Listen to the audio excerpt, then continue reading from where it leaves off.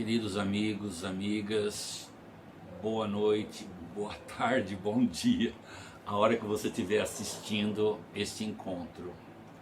Nós estamos hoje na 17ª aula do dia 9 de junho de 2020. E esta aula, toda aula tem sempre um tema muito especial. Mas esse tema de hoje, com a doutora Paula Dalstella e a doutora Andréia Barros, nutróloga, é uma aula muito especial de um tema que é muito caro no Brasil. Por ano no Brasil hoje, nós temos mais de 600 mil casos novos de câncer. E hoje nós vamos tratar desse tema. Como é que a cannabis pode aliviar as dores e pode ajudar a enfrentar esta doença, que é uma verdadeira batalha. O câncer nem é doença, ele é uma disfunção das células. Por isso que a cannabis, ela tem um papel muito importante com as pessoas que têm câncer. É um sinal de esperança. Eu vou dizer para vocês que diariamente eu tenho conversado com pessoas, como o nosso curso tem a Gabi, o Fernando, que estão aqui conosco, e eles nos colocaram que o nosso curso deste ano, né, Gabi, tem mais de 2.000 pessoas, né? E todos os dias alguém de algum lugar do Brasil fala: padre, o meu amigo, alguém da minha família está com câncer, e me falaram que a cannabis ajuda. Claro que ajuda. A doutora Paula Dalstella é uma médica extremamente competente, generosa, e ela estará dando uma aula hoje sobre o câncer e a cannabis. Avise as pessoas que você conhece que assistam e vejam esta aula. E a doutora Andréia Barros é nutróloga, e ela vai falar daquele sentido que nós falamos sempre, né? A saúde é holística, é um todo. E a alimentação diante do câncer é muito importante, uma revisão profunda. As pessoas que têm câncer têm que ter mudanças significativas na sua alimentação. Então, nós agradecemos de coração a doutora Paula Dalstella. Ela sempre está conosco aqui no nosso curso, em parceria com a Universidade Federal. E vai ser um encontro memorável e vai ajudar milhares de pessoas por esse Brasil afora. Gratidão, doutora Paula, doutora Andréia. Eu gostaria de, antes de entrar diretamente na palestra, falar do nosso TCC. A Gabi falou que tem cada trabalho maravilhoso da cannabis. Tem um médico de Recife que ele está fazendo um TCC, um filme, e o filme vai ser em literatura de cordel. Olha que TCC maravilhoso. A Gabi, ela vai reunir todos esses trabalhos e nós vamos colocar na rede para que nós vamos ter aí pesquisas, trabalhos maravilhosos com o TCC. Nós pedimos assim que o TCC não passasse do dia 15 de junho, generosamente, amorosamente eu peço, para que, mas não vai dar para fazer até nesse dia. Faça um resumo e mande para nós. Depois você mande o trabalho completo, mas que não fique fora. Uma segunda questão que a Gabi e o Fernando estão colocando é a respeito do nosso 4º curso da cannabis medicinal. O primeiro curso nós tínhamos 700 pessoas. No segundo curso, 1.200. E agora nós temos, no terceiro curso, mais de 2.000. E o 4º curso já tem 1.000. Já tem 1.000 pessoas inscritas para agosto a novembro.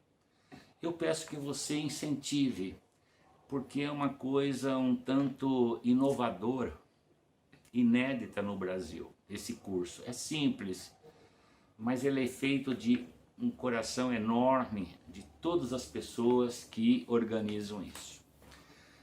Antes de falar do nosso ato que nós vamos fazer, um ato político pela legalização da cannabis, eu gostaria aqui de fazer um adendo a uma pessoa que foi pioneira no Brasil da cannabis medicinal e que está fazendo esta semana 90 anos. Olha o Dr. Carlini. Quem é amigo da cannabis vai viver 122 anos. O Dr. Carlini, agora há pouco nós gravamos até uma mensagem do aniversário dele. Aqui na comunidade, ele veio dar uma palestra aqui, Dr. Carlini, da cannabis. E eu queria dizer, de um lado, a cannabis ela tem um preconceito muito grande, né? E o Dr. Carlini, nesse tempo do seu trabalho, ele foi humilhado pelas forças de segurança, mas foi sempre um homem corajoso. Eu digo sempre que o Carlini é um apóstolo da vida, é um apóstolo da cannabis medicinal, que é uma planta generosa, que é uma erva santa. E a Gabi estará colocando no encerramento do nosso curso um movimento que nós vamos começar essa semana, que é conversar com os deputados federais que estão na comissão, no PL, no projeto de lei da cannabis medicinal. Então, essa semana a Gabi vai estar espalhando, eu vou ajudar também, todos nós, o Fernando e você também. Pressione, você que é da Bahia, você que é de Rio Grande do Sul, você que é do Amazonas, você que é do Centro-Oeste, você vai ver na lista o nome dos deputados. Vamos fazer uma pressão muito grande. Eu nem vou falar aqui o nome de uma autoridade que deveria ter um respeito pela maconha, e essa semana ele chamou o povo que ia para a rua de maconheiro. Está vendo como uma autoridade pública continua despejando um preconceito sobre uma planta maravilhosa que diz respeito? E são autoridades que falam de Deus. A cannabis é criação divina, maravilhosa. É o máximo da criação humana e criação divina. A cannabis faz parte dessa caminhada. Eu fico muito triste quando as autoridades públicas excluem a possibilidade da cannabis chegar a todas as casas. Então esse projeto de lei, nós temos o Paulo Teixeira, o presidente dessa comissão... É o Davi Mussi, né? É o deputado Mussi. Davi Mussi, é isso? Davi Mussi. Davi Mussi, mas vocês vão receber tudo certinho. Nós pedimos assim um máximo de carinho. E por fim, a nossa solidariedade a todas as famílias que estão com uma dor imensa na alma. Agora mesmo fiquei sabendo de 2 pessoas jovens, 30, 40 anos, que partiram pelo coronavírus. Nós estamos vivendo um momento nunca visto na história da humanidade, pelo menos nesse século tão importante do século XXI. E por fim eu gostaria de dizer assim, que o pós-corona e vivendo o coronavírus, que nós possamos, como seres humanos, construir um mundo que seja para todos. Porque quem está morrendo mais são os pobres, os negros. Eu vejo com muita esperança o movimento que está acontecendo nos Estados Unidos. Eu vejo com muita esperança, esse domingo foi histórico no Brasil. Uma população, somente a juventude, indo para as ruas e dizendo: nós queremos um país para todos. Podemos ter as divergências políticas, mas nós queremos o essencial. O essencial é a defesa da vida, é saúde para todos, é moradia digna para todos, é escola e educação para todos. Que essa tragédia humana que nós estamos vivendo, não sei se até posso falar que é uma tragédia, mas que desse fogo, dessas cinzas, possam nascer as esperanças mais fortes, arraigadas no nosso coração, que nós queremos construir um mundo, um planeta para todos, sem destruições, mas um planeta que sirva para a vida de todos, sem exceção, de todos. Então, um grande abraço canábico a todos, que Deus abençoe, nos ilumine hoje e sempre. Um grande abraço.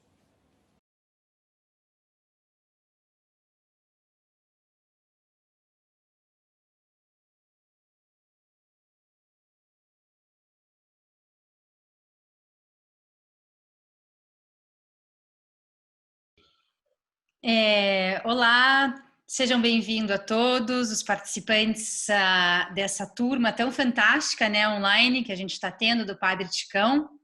Para quem não me conhece, eu sou a doutora Paula D'Austella, eu sou médica, sou uma das pioneiras prescritoras em cannabis medicinal do país.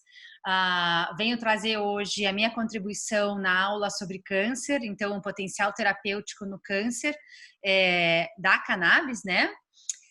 Sou pós-graduada em neuro-oncologia pelo Hospital Sírio-Libanês, fui coordenadora do primeiro simpósio internacional de canabinoides em neuro-oncologia, o SNOLA, em 2016. Eu sou diretora científica da Associação de Pacientes em Uso de Cannabis Medicinal, a AMAME. Sou membro da Sociedade Internacional de Pesquisa com Canabinoides e membro da Associação Internacional de Canabinoides como Medicina. Hoje eu trabalho com medicina funcional, mas a minha especialidade é radiologia e ultrassom geral, mas faz alguns anos que eu não trabalho mais na área da radiologia, trabalho com pacientes em uso de cannabis medicinal e atuo como médica funcional integrativa aqui no país. E hoje, então, vamos falar um pouquinho dos benefícios terapêuticos da cannabis no universo oncológico. Bom, gente, há muito tempo, né, estudam-se os efeitos antitumorais dos canabinoides. A primeira descrição desses efeitos foi em 1975, onde Manson e seus colegas demonstraram uma atividade antitumoral com o THC, né, o Delta 9, o tetraído cannabinol. O Delta é o 8, que a gente chama, né, o Delta 8, THC, e o CBN, que é um metabólito do tetraído cannabinol, do Delta 9, em câncer de pulmão de Lewis. 20 anos depois é que nós temos mais estudos. Então, a gente teve um gap de 20 anos sem estudos científicos. A gente tem que lembrar que a cannabis ela era classificada nos Estados Unidos como Schedule 1. O que é Schedule 1? Quando você tem uma classificação em que aquela substância, é a classificação das substâncias, né? Nós temos aqui no Brasil pela Anvisa, os Estados Unidos têm a deles, que todas as substâncias farmacológicas, tóxicas ou não para nós, elas caem numa classificação. E a cannabis, então, ela tem uma classificação, inclusive nos Estados Unidos ainda, que é o Schedule 1, que é uma substância sem sem propriedades medicinais, altamente abusiva e que só poderia ser usada num contexto de supervisão médica. Então, para você conseguir uma autorização de um comitê de ética para fazer um estudo científico com esse perfil de substância, era muito difícil. Tá? Então, esse é um dos motivos em que nós temos uma escassez absoluta nos estudos grandes, né? Que é o que a gente quer ver acontecer. Mas também não é por isso que não existem estudos. Existem muitos estudos dos mecanismos de ação, modelos pré-clínicos. Se quem tiver curiosidade, né, pode lá no PubMed, que é uma plataforma onde a gente encontra todos os artigos científicos publicados no planeta. E se você colocar lá canabinoides e câncer, cannabis em câncer, e for fazendo esses matches, né, com as palavras, se for canabinoides e câncer, vocês encontram em torno de 1.800 estudos, tá? De mecanismos de ação, de diferentes tipos de câncer. A gente vai falar um pouquinho aqui para vocês. Atualmente, o Instituto Nacional do Câncer americano, ele reconhece a cannabis sativa, né, como um tratamento eficaz para aliviar vários sintomas associados ao câncer. Então, a dor, a perda do apetite, a náusea, o vômitos, a ansiedade. Então, nos Estados Unidos, isso já está sendo reconhecido pelo Instituto Nacional do Câncer E aqui eu trago uma curiosidade, na verdade, que foi uma pesquisa nacional americana com mais de 3.100 consumidores de cannabis. E eles recolheram informações detalhadas sobre o uso e o comportamento desses pacientes, né, ou dessas pessoas. E os resultados foram bem surpreendentes, porque a maioria das pessoas, 67% que se considera consumidor recreativo, na verdade, a sua razão para usar a cannabis era medicinal. Então, as 3 principais razões que aquelas pessoas consumiam a cannabis era para relaxamento, para alívio do estresse e para redução de ansiedade. Então, assim, a gente tem que entender, né, muito bem quando a gente escuta esses relatos, porque vários pacientes ainda acreditam que o seu uso é social e adulto e, na verdade, eles estão fazendo uso medicinal. 94% dessas pessoas relataram que o consumo da cannabis melhorou a sua condição clínica. E 73% relataram a substituição dos medicamentos pela cannabis. Então, gente, a gente tem uma série de estudos que comprovam os efeitos benéficos, não só em relação à questão antitumoral, mas em relação à ansiedade, ao sono, ao humor, ao relaxamento, né? Então, a gente sabe também que principalmente usuários de THC, né, relatam aquela famosa larica, né, aquela fome específica de quem usa o THC, que é um estimulante do apetite, porque vai agir em receptores cerebrais específicos para isso, né? Outros benefícios em relação à ansiedade, depressão e sono, como a gente falou ali anteriormente, mas existe um mecanismo de ação específico dos fitocannabinoides com os nossos receptores cerebrais, melhorando a nossa ansiedade, depressão e sono, os efeitos antitumorais, que nós vamos falar aqui, a ação antináusea e antivômitos induzidos pela quimioterapia, talvez, no meu ponto de vista, um dos grandes efeitos terapêuticos da cannabis seja esse, e para alguns pacientes ainda a proteção contra a neuropatia periférica, que é uma sensação muito desagradável na sola dos pés, na ponta dos dedos das mãos, e que muitas vezes pode impedir o paciente de finalizar o tratamento. E uma ação analgésica importante, reduzindo medicamentos, principalmente os opioides, que são medicamentos depressores do sistema nervoso central e que podem causar, inclusive, a morte por parada cardiorrespiratória. Bom, então, quem são os fitocannabinoides? Quem é a cannabis, né? Como é que essa planta interage com a gente? Que componentes ela tem? Por que ela é tão importante? Os fitocannabinoides, né, eles pertencem à família da cannabis, né, da cannabis sativa. A gente sabe que ela é uma planta bastante complexa, com mais de 500 compostos químicos já identificados, e vocês vão perceber que eles também são importantes, não só os fitocannabinoides, mas nós temos flavonoides, terpenos, com ações farmacológicas importantes.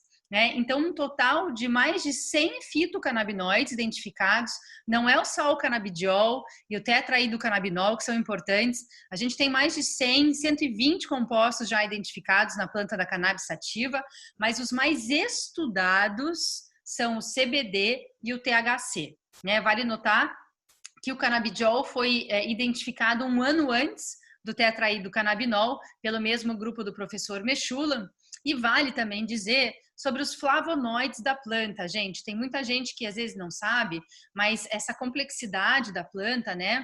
Ela produz os terpenos, que também são o cheiro característico, que também tem efeitos medicinais importantes, ajudam os fitocannabinoides a entrarem no cérebro, a compor, a modelar o efeito farmacológico da cannabis. Mas os flavonoides, eles também exercem efeitos biológicos, incluindo propriedades anti-inflamatórias, neuroprotetoras e anticânceres, inclusive, tá? Existem 2 compostos que são exclusivos da cannabis, que é a canabiflavina A e B, que também possui ação anti-inflamatória. Então, pessoal, quando vocês ouvirem em medicamentos com compostos isolados, a gente ainda não sabe tudo sobre a cannabis, né? Pela complexidade do nosso sistema também interagindo com essa planta, mas a gente tem que lembrar que não é pelo fato da gente não saber disso, é que isso não exista. Então, por exemplo, o CBD-A, que a gente vai falar mais à frente, tem ações antitumorais talvez mais importantes que o próprio CBD, E se a gente usa compostos isolados, a gente não tem o CBDA, a gente só tem, por exemplo, o composto que for isolado, que é o CBD. Então, a gente está vendo aí no mercado algumas empresas virem com medicamentos, né, com fitocannabinoides isolados, então 99, 98% de CBD isolado, e aí a gente está perdendo os flavonoides, a gente está perdendo os outros canabinoides menores, que também têm ações farmacológicas importantes. E aonde que eles agem, né, no nosso organismo? Como é que funciona essa resposta? Como é que eles agem e aonde, né? Então, a gente tem que lembrar que nós temos uma super família de receptores de membranas ligados a uma proteína G. Esse nome parece super difícil, né? Receptor de membrana ligado à proteína G. Mas, gente, ele é o maior número de receptores no cérebro, tá? É o receptor mais abundante do sistema nervoso central. Não é só os canabinoides que se ligam a esse receptor, é uma família muito grande, né? De outros ligantes também, mas a gente está falando da maior família de receptores do cérebro. Então, isso é muito importante que vocês entendam. Quando esses receptores, eles se localizam no sistema nervoso central, periférico, em alguns órgãos, a gente chama eles de receptor canabinoide 1. E quando quando eles pertencem ao sistema imunológico, por exemplo, a gente chama eles de receptor canabinoide 2. O CB2, não necessariamente só no sistema imunológico, como também ele está nos ossos, por exemplo, ajudando na remodelação óssea, a gente tem que lembrar que essas ações são muito diferentes. Então, os dois receptores agem de forma diferente, tá? O que mais que a gente tem aqui de receptor para vocês? A gente tem que lembrar que não só no sistema imunológico, sim, a regulação metabólica. O CB2, ele também participa da modulação da dor, do humor, do apetite e da modulação imunológica. Já o CB1, né, ele está mais localizado nas terminações nervosas. Então, praticamente no corpo inteiro, nós também temos receptores CB1. E aí, como é que funciona essa comunicação entre eles, né? A linguagem que o sistema endocannabinoide usa para se comunicar no cérebro, a gente chama de... uma linguagem retrógrada, é uma comunicação retrógrada. Então, a gente tem os nossos próprios endocannabinoides, que foram descobertos até recentemente, em 1992, 1995. Os pesquisadores deram o nome de anandamida para o primeiro composto endógeno descoberto, porque Ananda, em sânscrito, significa bliss, felicidade eterna. E o que significa isso, né? A anandamida é o nosso composto endógeno que mimetiza o THC, por exemplo, o tetraidrocannabinol. Já o 2-araquidonilglicerol, muito conhecido como 2-AG, muitas vezes mais abundante, inclusive, que a própria anandamida. Os dois, então, são usados nessa sinalização retrógrada para conversar e para modular algumas respostas do nosso organismo, principalmente no cérebro. Então, no cérebro, né, a passagem da via, da condução da memória, ou da dor, ou da informação, ela vem sempre do neurônio pré-sináptico para o neurônio pós-sináptico, no caso aqui do azul para o amarelo. Né? Então, nós teríamos azul, amarelo, azul, amarelo, azul, amarelo, porque é como a informação vai passando de um neurônio para o outro. O que acontece com o sistema endocannabinoide é que a condução da informação, ela se dá do amarelo para o azul. Por isso que a gente chama de retrógrada. É do pós-sináptico para o pré-sináptico, impedindo a liberação de alguns neurotransmissores, e isso se reflete como? Numa modulação analgésica, na própria memória, às vezes quando a gente tem aquelas síndromes de estresse pós-traumáticos, em que o paciente não consegue esquecer. Então, a cannabis, quando bem utilizada para essa finalidade, consegue fazer com que o paciente, naquele momento, esqueça o que aconteceu, sem matar neurônios, que muita gente acredita que aquele esquecimento ou aquela alteração da memória, da percepção momentânea, quando o paciente está em uso do THC, seria a morte neuronal. Isso não é verdade, tá? Não morrem neurônios, ao contrário, a cannabis se relaciona à sobrevivência celular, benéfica, na verdade, para a neurogênese, né? E não maléfica, tá? principalmente em pequenas doses. Bom, essa é uma foto autorradiográfica de um cérebro de um rato, tá? Onde a gente consegue ver uma maior localização de receptores CB1. Então, tudo isso que está pintadinho de preto é onde se localizam os receptores. E se a gente prestar atenção, né, são nas áreas em que a gente realmente pode perceber alterações quando os pacientes entram em contato com a cannabis medicinal, principalmente o THC.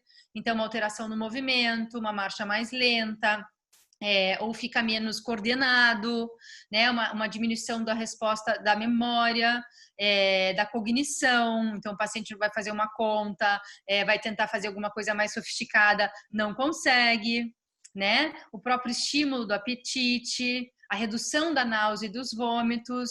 E aí, pessoal, percebam que no tronco cerebral, que é uma área que tem pouquíssimos receptores cerebrais, e o que controla o tronco cerebral, né? A nossa respiração e a nossa frequência cardíaca. Então, não é que não tem receptor, tem pouquinho receptor. Então, a gente pode dizer que a gente pode ficar tranquilo, porque não existe óbito causado pela cannabis, não existe overdose desse medicamento, não existe parada cardiorrespiratória com a cannabis medicinal, mas podem haver efeitos colaterais em relação à frequência cardíaca, por exemplo, ou a queda da pressão arterial, que se relaciona a efeitos colaterais passageiros dessa medicação, mas existem, tá?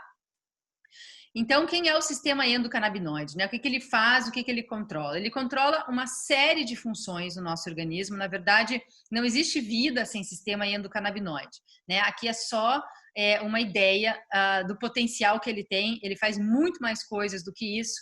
Então, a gente está falando de controle energético, que é um sistema muito importante para o nosso organismo. Sem ele, a gente não tem como sobreviver, tá? O consumo de energia, essa modulação do consumo de energia que vem da nossa ancestralidade já, como é que a gente consome, como é que a gente guarda energia, depende do sistema endocannabinoide para isso, transporte de nutrientes, o metabolismo, nosso armazenamento, a manutenção do equilíbrio, né? A homeostase é o equilíbrio do corpo, uma modulação da inflamação, da emoção, do estresse, da reprodução, da neurogênese. Então, o sistema endocannabinoide está envolvido em praticamente tudo. Em todos os sistemas ele se relaciona, né? Eu gosto muito desse slide onde a gente tem o sistema endocannabinoide, na verdade, se relacionando a todos os sistemas do nosso organismo. Não existe em algum lugar onde ele não esteja presente. E aí a gente começa a fazer as relações, né? Entre os canabinoides, os endocannabinoides, o estresse do nosso dia a dia, as nossas emoções, os nossos processos inflamatórios e o câncer, né? A gente tem que lembrar, e a gente não fica doente de um dia para a noite, né? Nós ficamos doentes a partir do momento em que a gente precisa estar num estado inflamatório crônico, um estresse crônico dentro do nosso organismo. Então, não é só via pensamento que a gente consegue ficar estressado, né? Não é só o chefe, o marido, a ex-mulher, não é isso. A gente pode estressar via alimentação, e hoje é uma das formas mais comuns de estresse e inflamação do nosso organismo, né? E o que isso tem a ver, por exemplo, com o câncer, né? E tem tudo a ver. Via sistema endocannabinoide, inclusive. Então, o que significa isso, né? A sinalização do sistema endocannabinoide em humanos, ela regula o estresse, a inflamação, e as suas deficiências podem estar envolvidas na vulnerabilidade a doenças crônicas. O que significa isso? Quando nós ficamos estressados e inflamados, nós começamos a ter uma queda no desempenho do sistema imunológico, tá? E no nosso sistema, não só imunológico, como do nosso sistema endocannabinoide. Então, existe um processo que se relaciona à inflamação. Então, dentro da oncogênese, o que é a oncogênese? Eu estou formando um tumor, existe um processo inflamatório que acontece próximo, dentro, ao redor e sistêmico, inclusive, com o nosso corpo, e esse processo inflamatório é capaz de produzir substâncias inflamatórias que fazem com que esse tumor seja mais agressivo, que ele se transforme e que ele metastatize, por exemplo. tá? Então eu preciso do ambiente inflamatório para que esse tumor consiga crescer. E como é que eu inflamo, né? Como é que eu consigo inflamar e gerar uma doença no meu organismo? Como é que funciona isso? Gente, eu gosto muito de trazer essa árvore, porque eu vou ler ela para vocês, ela tá em inglês, mas eu vou ler ela em português. No meu site está em português. Desculpa que eu não peguei no meu site, tá? Eu vou deixar disponível para vocês depois. Então, o que são as raízes dos nossos problemas? O que essa árvore está nos contando, né? Se a gente pegar todas as raízes dos nossos problemas, a gente vai ver a inflamação e o estresse como central, são os primeiros, tá? Dieta pobre, toxina, falta de sono, relações e pensamentos tóxicos, deficiências nutricionais, sedentarismo, trauma, a nossa própria genética e problemas digestivos. Gente, essas são as raízes dos nossos problemas, tá? Seres humanos, como um todo, ficamos doentes pelas mesmas causas, mas manifestamos elas de forma diferente porque somos diferentes. Então, como é que funciona? Todo mundo que está inflamado vai ter diabetes? Todo mundo que está inflamado vai ter depressão e ansiedade? Não é assim que funciona. A nossa genética conta, a nossa manifestação será individual, mas como seres humanos, quais são as manifestações das raízes desses problemas que são tão comuns entre nós? Ansiedade, depressão, câncer, alergia, doenças autoimunes, fadiga crônica, diabetes, problemas na tireoide, disfunções hormonais, aumento da pressão arterial, todas as doenças conhecidas da nossa geração, né? da nossa sociedade. Então, as doenças crônicas, a diabetes que a sua avó tem, a hipertensão que a sua mãe tem, ela não é genética, ela é de estilo de vida, ela é causada pelo estilo de vida, pela comida que essas pessoas comem e pelo estilo de vida. Então, normalmente o sedentarismo está relacionado a uma alimentação pobre, com deficiências nutricionais, porque é rica em carboidrato, né? Os açúcares, eles têm poucas vitaminas e minerais. Então, quando a gente começa a alterar a nossa biologia, a gente manifesta isso como doença. Isso é muito importante que vocês entendam. E quando a gente está em estresse crônico, o nosso sistema endocannabinoide, ele começa a reduzir a liberação de endocannabinoides. A anandamida é o principal deles e ele começa a alterar a liberação do 2-AG como uma resposta modulatória à queda da anandamida, mas esse sistema agora está impactado porque a anandamida e o 2-AG agem diferente. Eles podem contribuir um ao outro em alguns lugares, em algumas células, mas tem coisas que só a anandamida faz, tem coisas que só o 2-AG faz. E uma das situações em que a anandamida particularmente age no nosso corpo é inibindo a proliferação de células cancerígenas, né? Como o THC consegue fazer isso, a anandamida também consegue. Então, a anandamida é o nosso composto endógeno produzido por nós mesmos que nos ajuda a combater o câncer. E quando a gente está inflamado ou está sob estresse, ou vive numa condição inflamatória com todas essas coisas associadas, porque é muito comum a gente ter inflamação, ter uma dieta pobre, dormir pouco, ter deficiências nutricionais, pensamentos tóxicos e problemas digestivos. É muito comum uma pessoa ter tudo isso ao mesmo tempo. E aí, o que acontece com o sistema endocannabinoide dela? Ela vai começar a liberar menos anandamida. E se eu tenho menos anandamida, eu tenho menos proteção contra o câncer, naturalmente. Olha lá, a anandamida, ela inibe a angiogênese, que é a formação de novos vasos, ela inibe a migração celular e a invasão celular, que são dois momentos muito importantes tanto para a malignidade do tumor, quanto para a metástase desse tumor. Né? A célula cancerígena, para ela metastizar, ela precisa sair de um lugar para outro. E a anandamida se relaciona à dificuldade dessa célula fazer isso. Então, a anandamida é protetora para nós, né? Dentro da oncogênese. E se eu estou inflamado, eu tenho menos resposta protetora, não só ao câncer, como a qualquer coisa. Então, quando a gente vive num estado inflamatório, não só o câncer, eu estou vulnerável a ter qualquer doença crônica.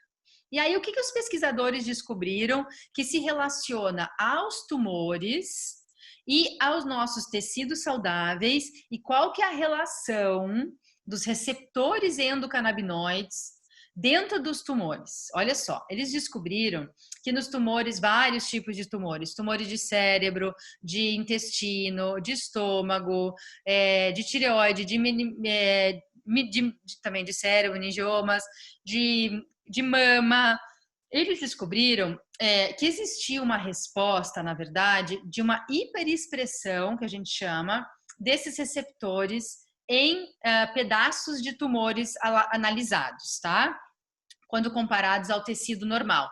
Então, vamos dar um exemplo, um cérebro. Vou pegar um pedacinho do tumor de um cérebro e vou comparar com o tecido normal cerebral e vou contar quantos receptores canabinoides tinha num e tinha no outro. O que os pesquisadores perceberam?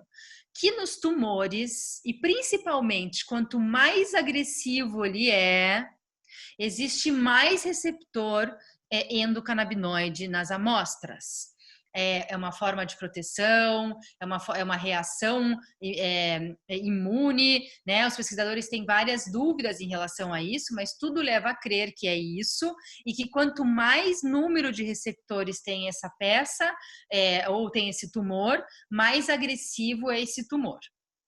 Então, vamos lá, né? O que os pesquisadores, eles se perguntaram, né? Qual foi a primeira pergunta quando você vai, então, interferir num processo metabólico, seja ele via célula saudável, célula não saudável, é seguro utilizar cannabis em paciente oncológico? O que pode acontecer, né? Então, a primeira pergunta, se eles são seguros, a resposta é sim, eles são seguros, tá? Então, vários grupos já identificaram que o acoplamento, é assim que a gente chama, quando o fitocannabinoide ou a nossa anandamida, por exemplo, ela acopla no receptor, né? Ela se junta no receptor, ela conversa com esse receptor. O que acontece dentro da célula quando acontece esse acoplamento?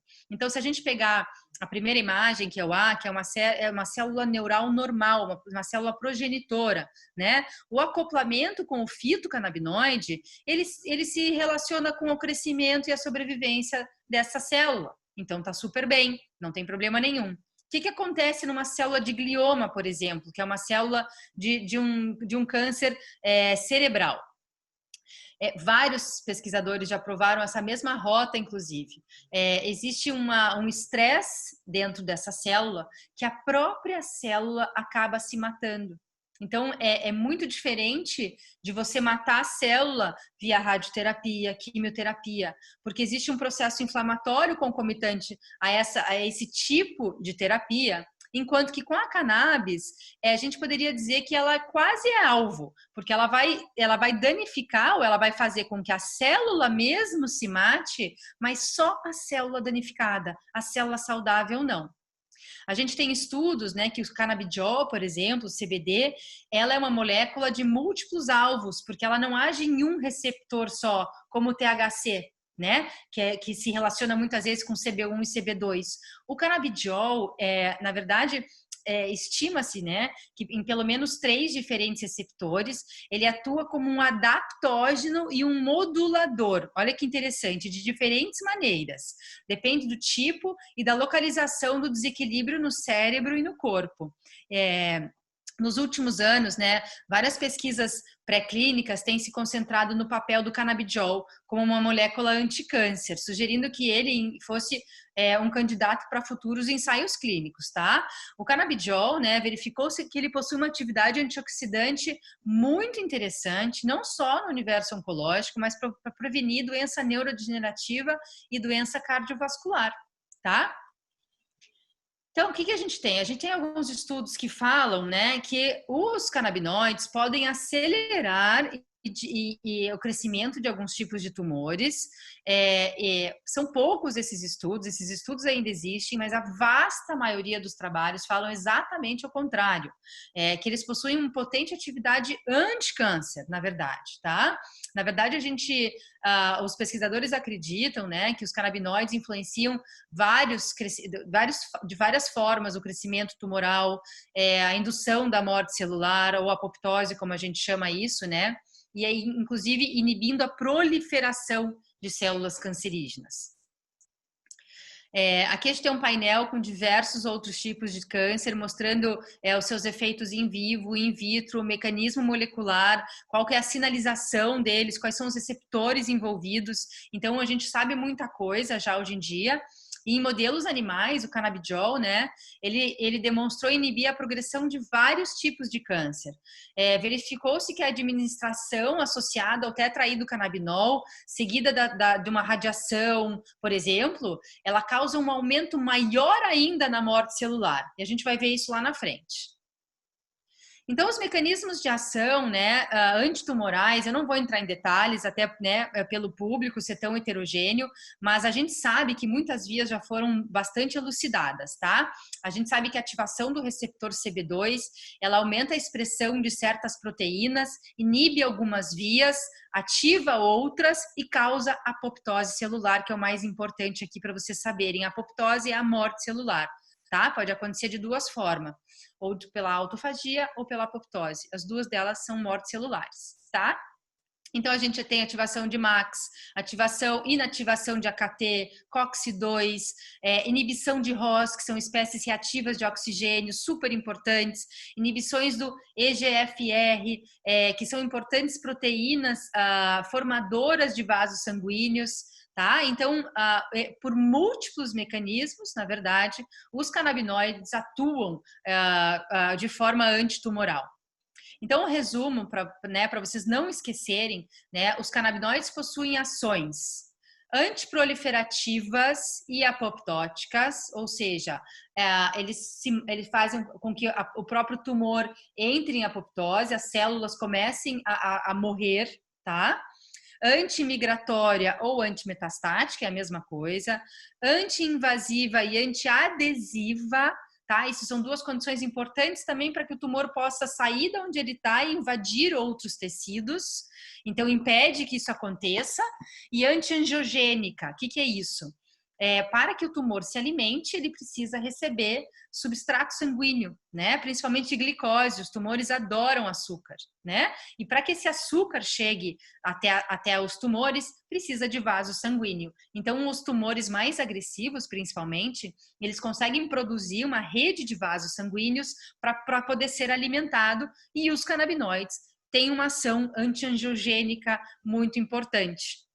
Além disso, gente, lembra que eu falei do CBDA, que é o precursor do canabidiol, na verdade.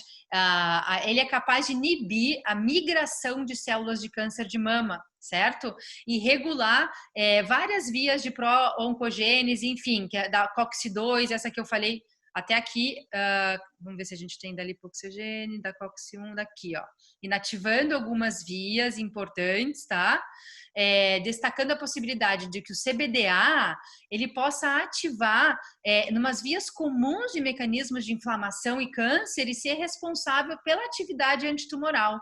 Então, aquilo que eu falei, se a gente não tem um extrato, né, da planta, né, um composto botânico integral, e a gente tem compostos isolados, a gente está perdendo a possibilidade de usar outros canabinoides que são menores, que a gente chama, mas que não são tão estudados e, portanto, a gente não sabe muito sobre eles, mas não significa que eles não existam e isso a importância seja minimizada, certo? O canabidiol, aqui mais uma vez, né, com múltiplos alvos de receptores, né, causando a consequência, na verdade, do acoplamento, né, determinando redução da proliferação, da migração e da invasão. O CBD, na verdade, ele também tem uma ação importante, porque existe uma proteína, né, chama ID1, que quando ela está presente, a gente sabe, né, nos tipos de tumores em que ela se apresenta, é que esses tumores são bastante agressivos. E o canabidiol é o primeiro agente exógeno, que a gente chama não tóxico, né, que pode diminuir significativamente a expressão dessa proteína. E que leva a metástase, etc. Então, é uma relação negativa de agressividade ao tumor, tá? Então, o canabidiol pode fazer isso, entre outras coisas. E aqui um pouquinho, então, dos trabalhos, né? O que a gente teve de importante em relação a um trabalho, por exemplo, pré-clínico, né, feito em ratos, onde ele combinou o uso de algumas quimioterapias e o uso dos canabinoides, juntos e separados, E o que que acontecia então? Então a gente tem aqui um painel, né, onde eles combinaram o CBD com o THC sozinho, CBD sozinho, quimioterapia sozinho e quimioterapia com CBD e THC, tá? E o que que a gente tem aqui? A gente tem uma resposta muito semelhante com quimioterapia, CBD e THC, CBD e THC em altas doses e THC em altas doses. E o que que significa isso? THC em altas doses, a gente não vai querer dar, porque ele tem muitos efeitos colaterais, tá? Então, o paciente muitas vezes não consegue, inclusive, fazer o tratamento, né? Dessa forma. Mas o que que a gente descobriu por esse estudo? Que doses moderadas de CBD e THC tiveram o mesmo efeito que altas doses de THC. E se eu tenho doses moderadas de CBD e THC, com um resultado semelhante a altas doses de THC, eu não preciso dar altas doses. Eu posso minimizar os efeitos colaterais, certo? Então, esse estudo mostra para nós que existe uma associação benéfica entre o uso concomitante do CBD e do THC, existe uma redução, inclusive, de sintomas quando a gente faz isso, e a resposta, na verdade, desse estudo foi que a associação dos dois canabinoides com a quimioterapia teve uma melhor resposta. Então, monoterapia com câncer a gente não deve sugerir, na verdade, tá? Os trabalhos nos mostram sempre que a associação dos tratamentos ela é melhor do que os tratamentos isolados, tá? Aqui é a mesma coisa. Esse estudo ele comparou a atividade antitumoral dos canabinoides em relação à radioterapia, né? Então, o que era melhor? Essa aqui é a conclusão do estudo. Então, o que era melhor? A gente fazer só a radiação, só os canabinoides ou a irradiação mais os canabinoides, né? E se a gente pegar essa última linha aqui, a gente está vendo uma resposta muito superior da irradiação com os canabinoides. Tanto, olha, gente, se vocês perceberem, veja, o tecido irradiado, né? Se a gente comparar só o irradiado com o irradiado mais os canabinoides, percebam o tecido periférico e a área de inflamação e necrose aqui de dentro e como aqui não faz isso. E quando a gente está falando de cérebro e a gente tem uma repercussão dessa forma no cérebro, a gente também vai ter efeitos colaterais, né? Então, desde uma neuroinflamação, a fadiga, ou a qualquer outro sintoma neurológico. E se a gente observar esses painéis aqui, chamando atenção para a angiogênese, proliferação e apoptose, a gente tem uma melhor resposta quando eles são combinados. Então, olha que interessante isso. E olha que fantástico a gente saber disso. Porque a gente pode agir nesse momento. O paciente vai fazer uma radiação. Por que não fazer concomitante o uso dos canabinoides nesse momento, né? O que a gente tem aqui? De novo para GBM, que é o tumor cerebral, tá? Desculpa, eu não comentei que aqui também era para tumor cerebral, tá? Esses estudos todos feitos em ratos. E aqui não, gente. Aqui é um estudo feito em humanos.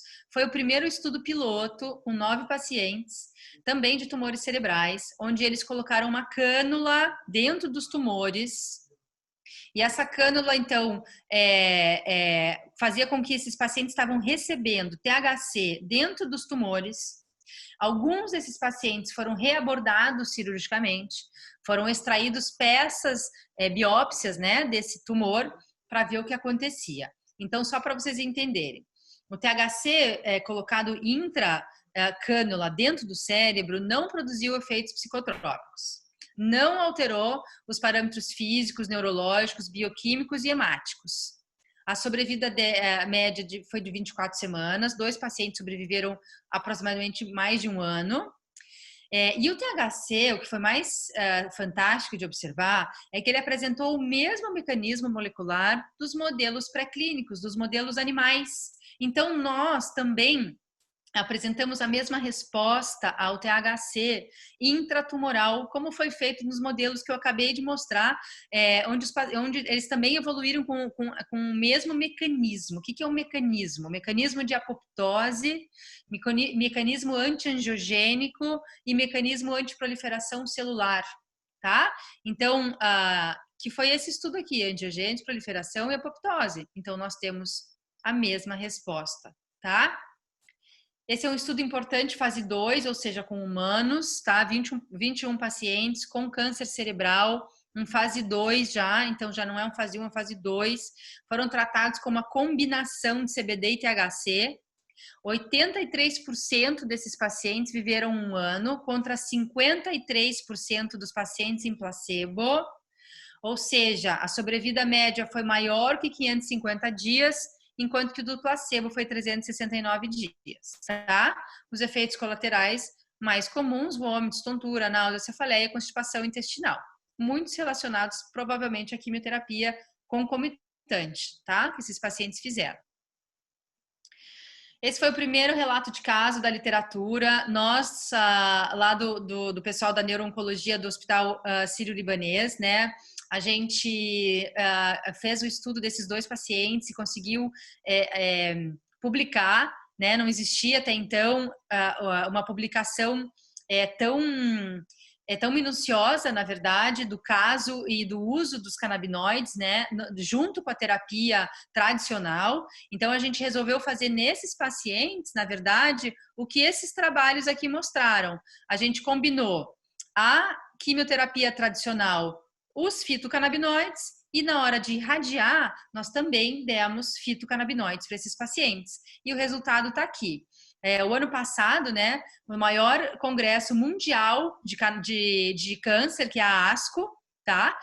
O trabalho foi apresentado. Eu fiquei muito feliz, por isso que eu trouxe. Na verdade, esse é o slide da ASCO, é o slide do congresso mostrando o trabalho, né? Então, como é que foi feito o nosso estudo, né? A gente fez, na primeira fase do estudo, que os pacientes estavam fazendo químio e radioterapia concomitante. Eles fizeram uso do canabidiol nas suas doses toleradas. Nós não impusemos nenhuma dose, né? A gente deixou com que os pacientes encontrassem a maior dose tolerada. Um paciente fez em torno de 450 miligramas, o outro 200 miligramas. Então, foi diferente a concentração de canabinoides, porque cada um tolerou de forma diferente. E numa segunda fase do tratamento, que era seguido de quimioterapia, esses pacientes vaporizaram flores de cannabis e usaram também uma dose menor de canabidiol. Qual que foi a importância desse estudo, né? A gente percebeu que a resposta radiológica ao primeiro mês de radioterapia com quimioterapia foi muito expressiva. Isso chamou nossa atenção. A gente chama esse momento de pseudoprogressão. É uma resposta à radioterapia. Ela parece uma progressão, mas não é, tá? E aí, os pacientes clinicamente evoluindo super bem, e durante o tratamento quimioterápico, que é uma quimioterapia bastante agressiva, eles permaneceram, óbvio, né, que existiram náuseas, existiram momentos mais críticos, mas dentro do quadro geral, eles tiveram um desenrolar clínico melhor que os outros pacientes que fazem essa mesma quimioterapia, tá? Então, a gente descreveu o caso, foi super legal, tá aí. Se vocês tiverem curiosidade, ó, a revista chama Frontiers in Oncology. Para pulmão, né? Lembra que a gente começou a aula falando que o primeiro relato de caso, né, da ação antitumoral da cannabis era em câncer de pulmão. A gente sabe que existe, sim, receptores canabinoides no pulmão, né, em vários tecidos pulmonares, inclusive no sistema imunológico do pulmão, e que existe uma estratégia de modular a angiogênese e o crescimento tumoral com os fitocannabinoides, tá? E aí, né, para mim, eu acho que dentro de todos os efeitos benéficos do universo oncológico, a redução da náusea e do vômito induzidos pela quimioterapia seja uma das ações mais importantes da cannabis, até porque a gente precisa entender o seguinte: existe um momento, né, que o paciente está em casa e que a gente chama de náusea tardia. é aquela que acontece 24 horas depois da quimioterapia, mas ela pode durar até 7 dias. E o paciente normalmente não está sob supervisão médica, ele está em casa, ele já tomou a quimioterapia.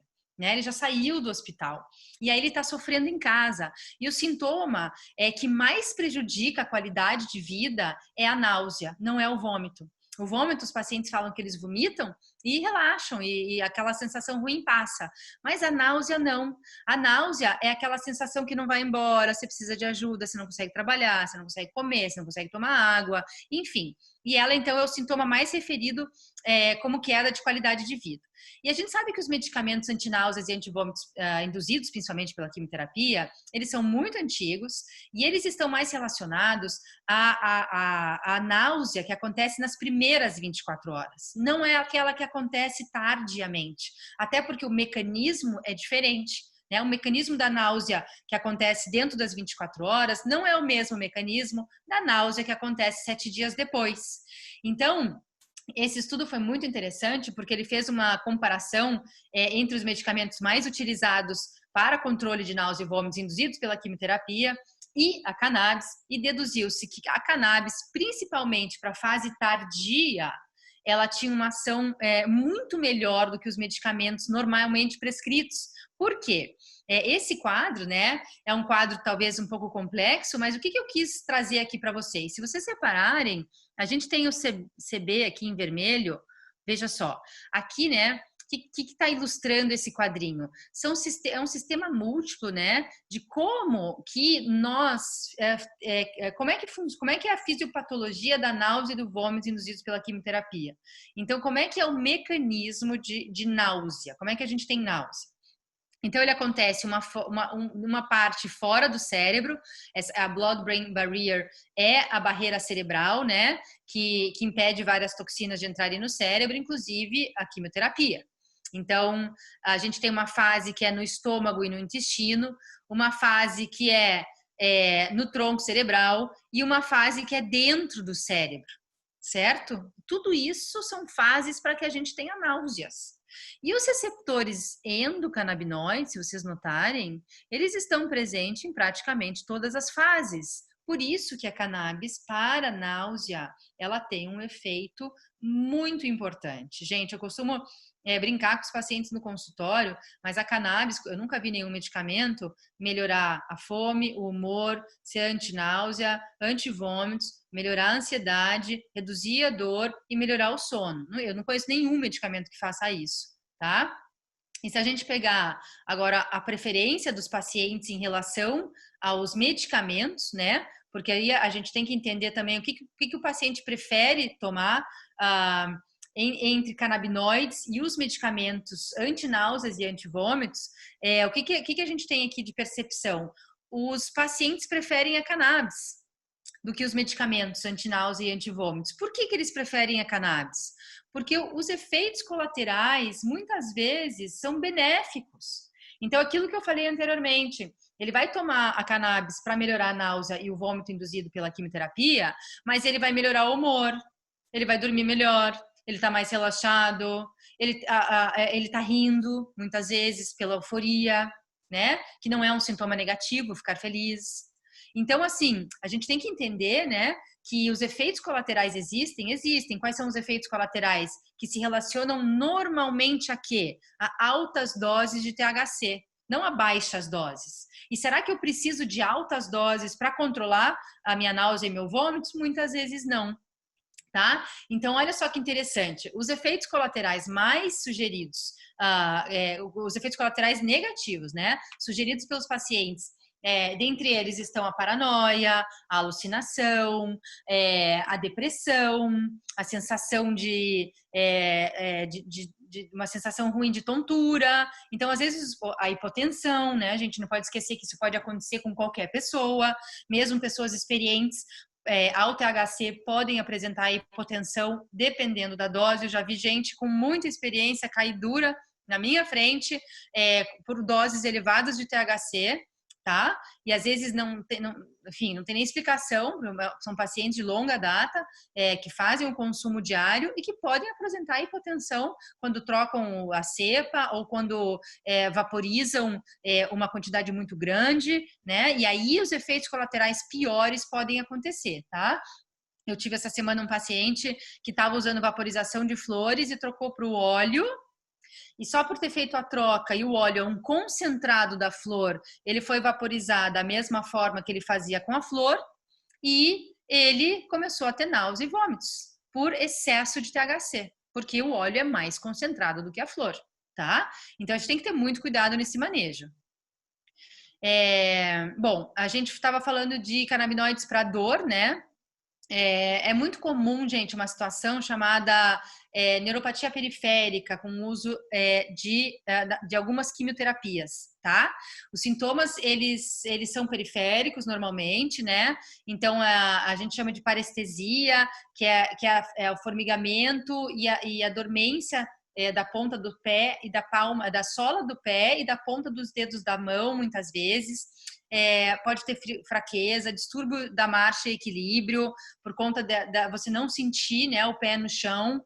E muitas vezes, por causa desses sintomas, a gente tem que descontinuar o tratamento. Tá? Então, existe um potencial analgésico e protetor da cannabis. A gente tem que lembrar que existe também um efeito acumulativo, né, deles. Então, esse estudo fala muito bem disso. Eles observaram altas doses com baixas doses de THC e os resultados não foram tão diferentes por causa desse efeito acumulativo. Então, de novo, se eu tenho um paciente que vai usar baixa dose e alta dose com o mesmo efeito, eu prefiro a baixa dose, sempre. O menos é mais na cannabis, sempre será, tá? Aqui a gente estava falando de quimioterapia induzindo parestesia, né? O Taxol, né? Que é uma quimioterapia muito usada para câncer de mama, câncer de ovário, pulmão, câncer cervical, pancreático e um câncer que chama sarcoma de Kaposi, que é uma quimioterapia que sabidamente ela pode causar essa sensação, né, de formigamento e dor na palma das mãos e nos pés. E existem trabalhos que falam do efeito protetor do canabidiol nessa situação. Lembrando, né, gente, que quem tem diabetes, pré-diabetes, tá obeso, tá sobrepeso, tem hipertensão arterial, todas essas doenças que eu falei, elas precisam acontecer via um processo inflamatório prévio, tá? E quem está nessa condição e vai fazer quimioterapia tem uma chance maior de desenvolver esse transtorno, tá? Nos pés e nas mãos. Então, aquela coisa de que paciente oncológico pode comer açúcar, pode comer de tudo, pode ficar gordinho porque tem câncer, não é verdade. Tá? A gente tem que, quando tem câncer ou qualquer doença crônica, tomar a rédea da nossa alimentação e da nossa vida na mão, e não na responsabilidade do médico, na nossa, porque só nós podemos fazer isso, e comer melhor, tá? Menos açúcar. Voltando à cannabis aqui. Cannabis e dor, mesma coisa, 30% de redução de dor, o que é estatisticamente significativo, tá? A gente pode muitas vezes usar o canabidiol com o THC para reduzir os efeitos colaterais do THC e melhorar a resposta à dor.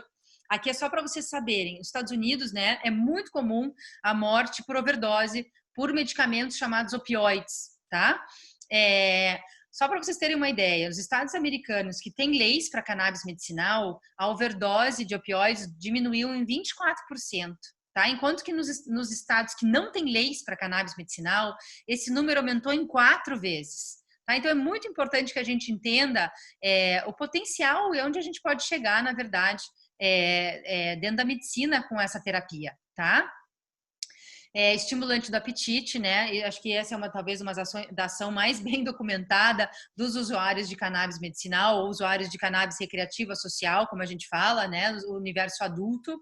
É muito comum o paciente oncológico precisar do THC para melhorar o paladar, estimular a fome, tá? Então, assim, a gente sabe que tem muitas quimioterapias que interferem no paladar, o paciente fica com gosto ruim na boca, ele não tem fome, ele não tem apetite, e o que acontece, né? Quando ele não tem fome e apetite, ele para de comer. Então, diferente de você cuidar daquilo que você come, é você parar de comer. Duas situações completamente diferentes, tá? Então, esse trabalho é muito legal porque ele fala que os pacientes que receberam canabinoides não só melhoraram o apetite, mas a escolha alimentar por proteína foi maior do que o grupo que não recebeu o canabinoide. E a gente sabe que a proteína é muito melhor do que o pão, a batata, o arroz, né, o bolo de fubá, a bolacha, né? Isso não serve para nada para nós, principalmente no universo oncológico. Então é muito melhor você comer uma carne com a própria gordura animal, que foi assim que a gente sempre comeu na vida, né? E aí, para ansiedade, sono e depressão, a gente tem muitos estudos que falam dos mecanismos de ação, né? Porque os canabinoides, principalmente o canabidiol, ele tem um efeito ansiolítico e antidepressivo muito importante, gente, agindo em receptor específico para isso, tá? Então, melhora, tá? Falo até pela experiência no consultório, assim, eu tenho pacientes que fazem uso, por exemplo, do canabidiol antes de entrar na quimioterapia para reduzir o estresse, para lidar melhor com a ansiedade, né? A gente falou lá atrás que o canabidiol ele é um adaptógeno, digamos assim, né? Por que a gente chamaria ele de adaptógeno? Porque ele faz com que o nosso organismo lide melhor com o estresse, tá?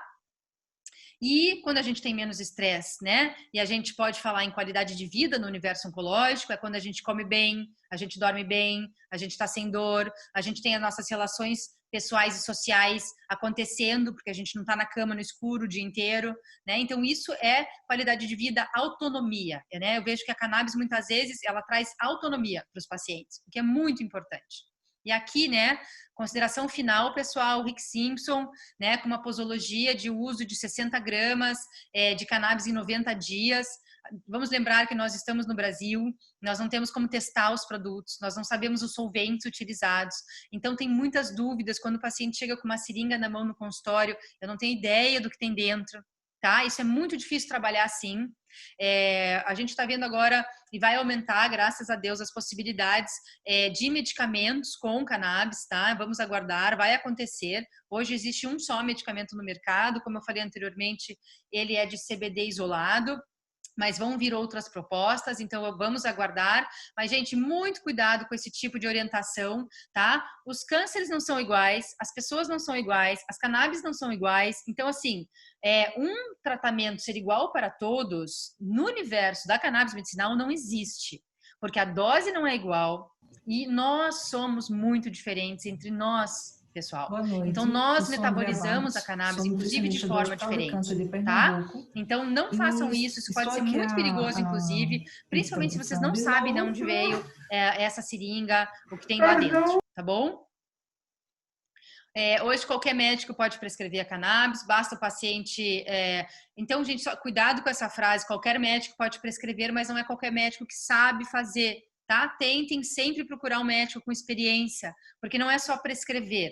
Existem interações medicamentosas, existem horários, vocês precisam...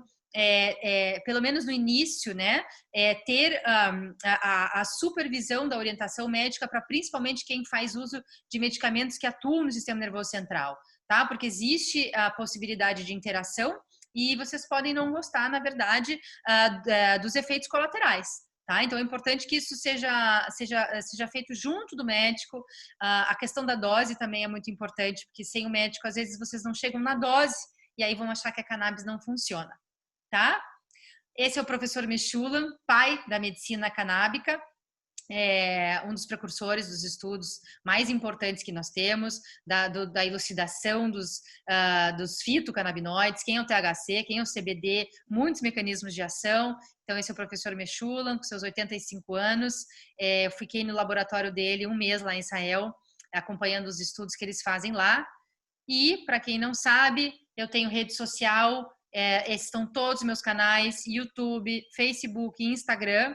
Tá? Eu tenho um programa de entrevistas no YouTube, assistam o meu Instagram, eu estou sempre colocando coisas novas, e esse é o meu site, www.dradoutora.pauladaustela.com.br.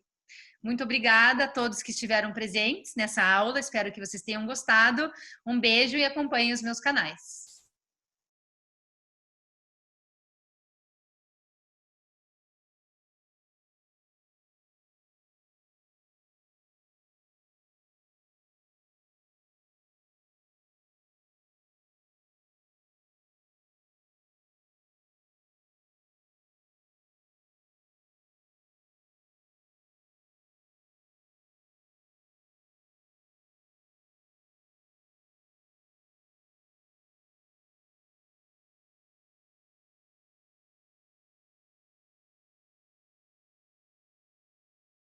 Boa noite, meu nome é Andréa Barros, eu sou nutricionista do Hospital de Câncer de Pernambuco, sou pós-graduada em nutrição clínica, especialista em nutrição oncológica e atualmente doutoranda em terapia intensiva. Com imenso prazer que fui convidada pela SBEC para fazer parte da Câmara de Fibromialgia e recebi esse convite para falar sobre alimentação e câncer. A importância da alimentação na prevenção do câncer. Então, vamos começar. O câncer, ele é um nome dado a um conjunto de mais de 100 doenças, né, que tem em comum um crescimento desordenado de células que invadem tecidos e órgãos. Então, uma célula normal, ela é agredida por um agente cancerígeno, que pode ser, que agride os tecidos, os órgãos, né, infiltra nesse tecido, e aí vai criando mutações na célula, e ela vira uma célula cancerígena. E aí a gente vai descobrir lá na frente que esses fatores, que eles podem ser intrínsecos ou extrínsecos, e aí a alimentação, ela é responsável ou não por esse aparecimento, né? Esse acometimento dessas células normais.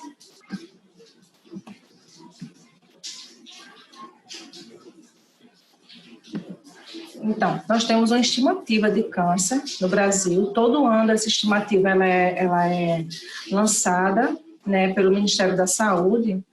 E esse ano, 2020, saiu a estimativa. Geralmente sai a estimativa no final do ano, de um ano para o outro. Então, no final desse ano já vai sair a estimativa de 2021. Então, vocês podem até acessar o Ministério da Saúde ou então no INCA e ter acesso à estimativa. E lá tem todos os processos. Você pode pegar a estimativa por região, por estado, por município, pode pegar por geral, né, no Brasil. Eu estou trazendo para vocês a incidência dos 10 mais incidentes, né? Quais são os 10 tipos de câncer mais incidentes estimados nesse ano de 2020 por sexo, homens e mulheres. E aí, exceto o câncer não melanoma, né, que é o câncer de pele não melanoma. Então, entre aquelas 100 doenças, né, mais de 100 tipos de cânceres, os 10 mais, para homens, você pode ver que em primeiro lugar é próstata. Por que próstata? Porque o homem, ele tem essa incidência maior, porque o câncer de próstata, ele é um câncer considerado um câncer de envelhecimento. Então, os estudos falam que provavelmente os homens, eles têm uma tendência maior a ter câncer de próstata do que qualquer outro tipo de câncer em relação ao envelhecimento. É um câncer normal de envelhecimento celular. E, em segundo lugar, está o colo e reto, que está relacionado, lá na frente vocês vão ver, com a questão alimentar. Pode acontecer, né? Terceiro lugar, traqueia, brônquio, pulmão. Quarto lugar, estômago. E aí os demais, né? Cavidade oral, esôfago, bexiga, linfoma de não-Hodgkin, que é um câncer hematológico, laringe e leucemias. Então, são os 10 cânceres mais incidentes dentro dessa estimativa no Brasil. Enquanto a parte feminina está o câncer de mama, que ele está, assim, no Brasil, o que mais mata no Brasil são as doenças cardiovasculares. E em segundo lugar é o câncer. E nas mulheres, o top é o câncer de mama. Lá na frente eu vou explicar a vocês o porquê, né? Em segundo lugar, colo de reto, colo de útero, traqueia, brônquio, pulmão, glândula tireoide, né? Estômago, ovário, o corpo do útero, linfoma não-Hodgkin e o sistema nervoso central. Então, essa é a relação. Qual é a relação dos fatores de risco, né, para a ocorrência desses cânceres? Como vocês podem ver, esse gráfico ele é da União Internacional de Combate ao Câncer. Então, o INCA, que é o Instituto Nacional de Combate ao Câncer, ele é uma referência brasileira que se espelha na União Internacional de Combate ao Câncer. Então, vem a União Internacional e abaixo o INCA. E esses dados são da União Internacional, né? Esse gráfico ele foi de 2016 até então não foi lançado um outro gráfico, permanece essa mesma 35% de alimentação, 30% que é o tabaco, que é o cigarro, né? Infecções como HPV, comportamento sexual,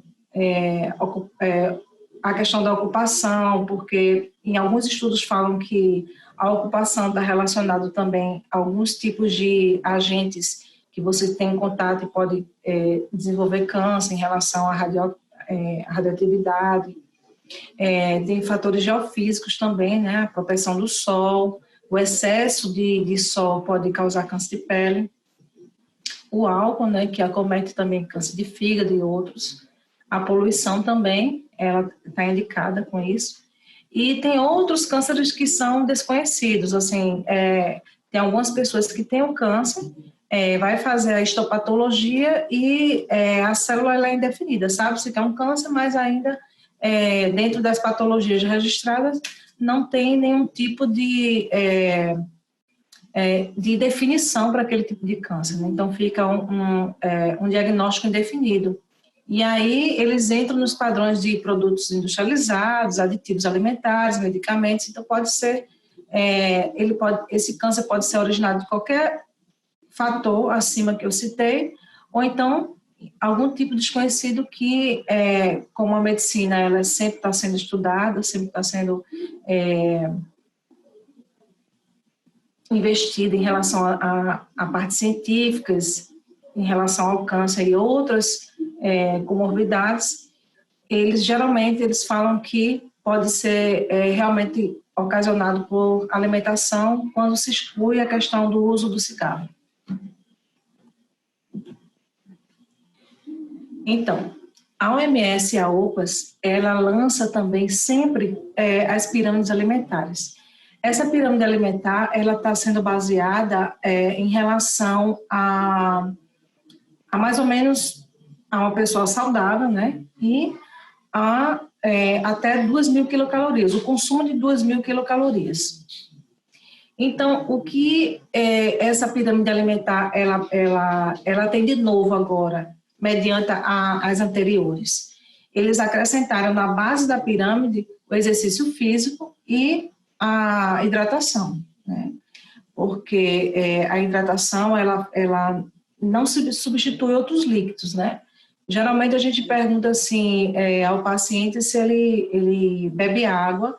Geralmente ele diz que ele consome, eu tomo muito líquido, eu tomo muito suco, mas a hidratação, ela realmente deve ser feita só por água. Em relação à água, para a gente melhorar esse pH da água, a gente pode utilizar alguns fatores que melhoram o pH, né? Como você colocar algumas frutas cítricas, laranja, rodelas de laranja, rodela de limão, que melhora o pH da água, que até a aceitação mesmo da população para tomar uma água saborizada, ela é melhor do que tomar água em si, né? Não tem esse hábito ideal. Mesmo aqui no Nordeste, que é quente, eu ainda encontro dificuldade realmente em relação à hidratação, que se refere à água, né? E ao exercício físico, o que se recomenda em relação ao exercício? Então, o que é considerado exercício físico? É qualquer tipo de movimento. Então, se considera, se você fizer até 30 minutos de alguma coisa que for fora do seu fator atividade diário, tipo subir escada, descer uma parada antes do seu trabalho e andar uns 2 quarteirões, e se isso levar todos os dias de 15 a 30 minutos, é considerado um exercício físico. E se o paciente ele for acamado, com a ajuda de um fisioterapeuta motor, fazendo os exercícios que, se é deixado para o paciente, também pode ser considerado exercício físico. Então, entra nesse padrão, né? Então, na segunda base, após a base da pirâmide alimentar, estão os cereais, né? Os cereais e os óleos vegetais. E aí, esse consumo diário, geralmente a gente pede para que o paciente ele consuma mais alimentos in naturas, mais integrais. Geralmente, isso é uma conversa futura, a gente vai falar sobre a questão do glúten, tudo. A OMS, a OPAS, ela não proíbe, né, o consumo do glúten ou de leite derivados, porque ele só exige que se retire esse alimento se o paciente ele for intolerante. Então, se não é recomendado pela Organização Mundial de Saúde que se retire totalmente o trigo, mesmo a gente sabendo daquelas problemáticas futuras, que já aí é pano para manga para outro estudo que a gente queira fazer futuramente, ou falar sobre glúten e leite, a gente pode até ver um outro momento para isso. Mas aí eu estou falando em cima do que a pirâmide alimentar da Organização Mundial de Saúde determina, né? E aí lá também vocês podem ter acesso, entra na Organização Mundial de Saúde, vê a pirâmide nova que foi lançada, e aí lá tem os padrões e o quantitativo que você pode consumir por dia, né? Qual a recomendação referente a 2.000 calorias, né? Assim, algumas dependendo do peso e altura e da composição corporal que você tem, porque não é só o IMC que determina realmente a composição, né, corporal, existem outros métodos, né, calorimetria indireta, e também tem algumas medidas que a gente faz que pode determinar a quantidade de massa magra, massa gorda, e aí a gente pode avaliar melhor o paciente e orientar ele a uma dieta adequada dentro do que ele necessita, né? Se for para ganho de peso, perda de peso, ganho de massa magra, dependendo da idade também, da consistência do alimento, tudo isso a gente vai aprimorando dentro dos nossos conhecimentos, dentro do que o paciente precisa. Então, tem a questão das frutas, né, e das verduras, dos legumes, e existe uma fala constante agora em relação à questão das frutas e das verduras, do quantitativo, né? A gente sempre indica a consumir as frutas da época, e existe aquele conceito que se fala muito, que é descasque mais e desembale menos. Aí eu já tudo, porque geralmente as fibras, os minerais e as vitaminas, elas estão muito concentradas na casca. Então, existem várias estratégias para você utilizar as cascas das verduras e das frutas para que você possa aproveitar o alimento como um todo, né? E toda a questão nutritiva. E aí tem a questão das proteínas, né? As proteínas que elas podem ser as carnes, os frutos do mar, os peixes, as aves. O leite também ele é uma fonte proteica, e aí dentro desses leites derivados a gente também acrescenta o leite de soja aos pacientes que são intolerantes, mas existem assim vários tipos de modalidades que a gente pode, vários tipos de dieta que a gente pode adequar de acordo com a necessidade do paciente. E aí o pico, né, o pico da pirâmide alimentar são as manteigas, as carnes gordas, né, ricas em gorduras, calorias, e esse consumo ele deve ser esporádico. E a questão dos açúcares, cereais refinados, o açúcar refinado, né, a questão das guloseimas, dos bolos e tudo. Então, tudo isso é o que a gente procura fazer com que o paciente não consuma, né? Ou então diminua o consumo. É muito complicado quando o paciente ele chega no consultório, ou então a gente vai na beira do leito e o paciente ele consome 3 pães por dia. Então, se a gente conseguir diminuir essa quantidade de carboidrato que ele consome, tipo, se ele consumia 3 pães e a gente substitui, ele come 1 pão só por dia, mas a gente consegue introduzir 2 frutas, já é um ganho. Então, assim, é muito difícil você impor uma dieta que o paciente passou a vida inteira consumindo.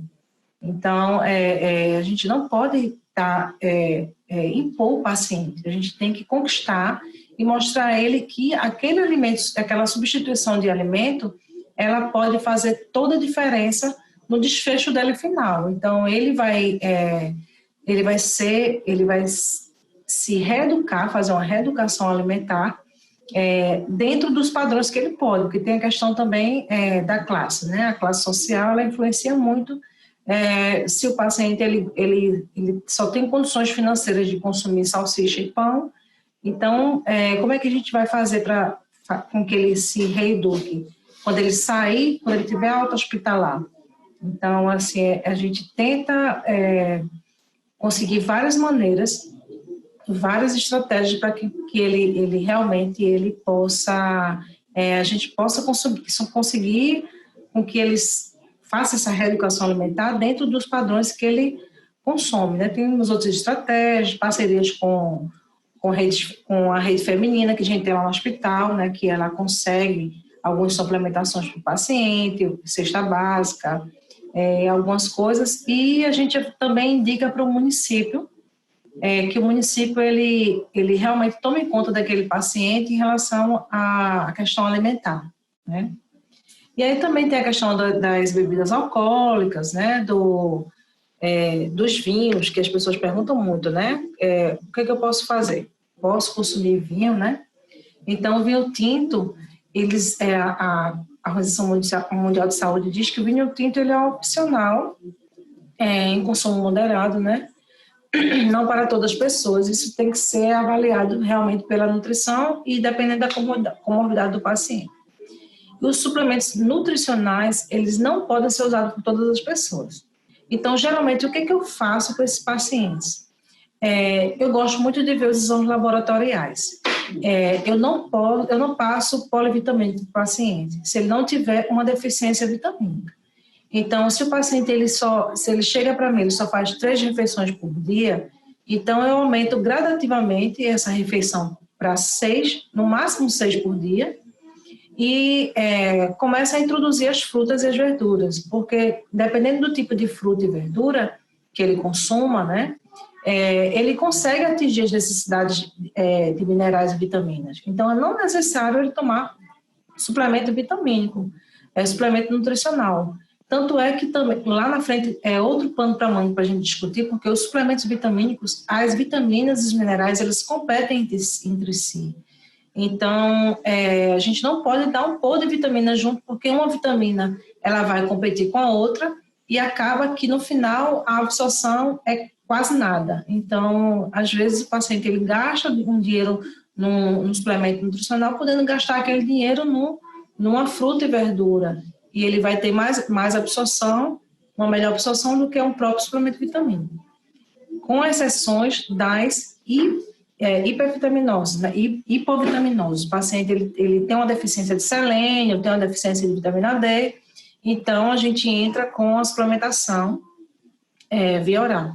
Mas se for uma coisa mínima que a gente pode fazer com a alimentação, a Organização Mundial de Saúde prefere que a gente faça isso realmente com alimento de verdade. Não, a gente não deve usar os nutracêuticos, que são as suplementações em forma de comprimido. Então, o ideal realmente é utilizarmos o alimento de verdade, né? A comida de verdade. E nesse contexto, o Ministério da Saúde ele criou um guia alimentar para a população brasileira, né? Então, esse guia alimentar ele foi lançado desde 2014. E ele também está disponível lá no Ministério da Saúde, na Organização Mundial de Saúde, você pode entrar. E tem vídeos também falando sobre esse guia alimentar, explica os passo a passo. Então, são 10 passos para uma alimentação saudável. Então, se você seguir esses 10 passos, lá na frente eu vou dizer a vocês mais ou menos o que acontece. Se você tem uma alimentação ruim, a gente tem consciência, o paciente tem consciência que ele tem uma alimentação ruim. Então, nós seremos os mediadores para que ele possa melhorar a alimentação dele gradativamente. Assim, não pode ser do dia para o outro. O paciente ele passou a vida inteira consumindo alimentos fora do padrão. Então, a gente não pode mudar isso de uma hora para outra.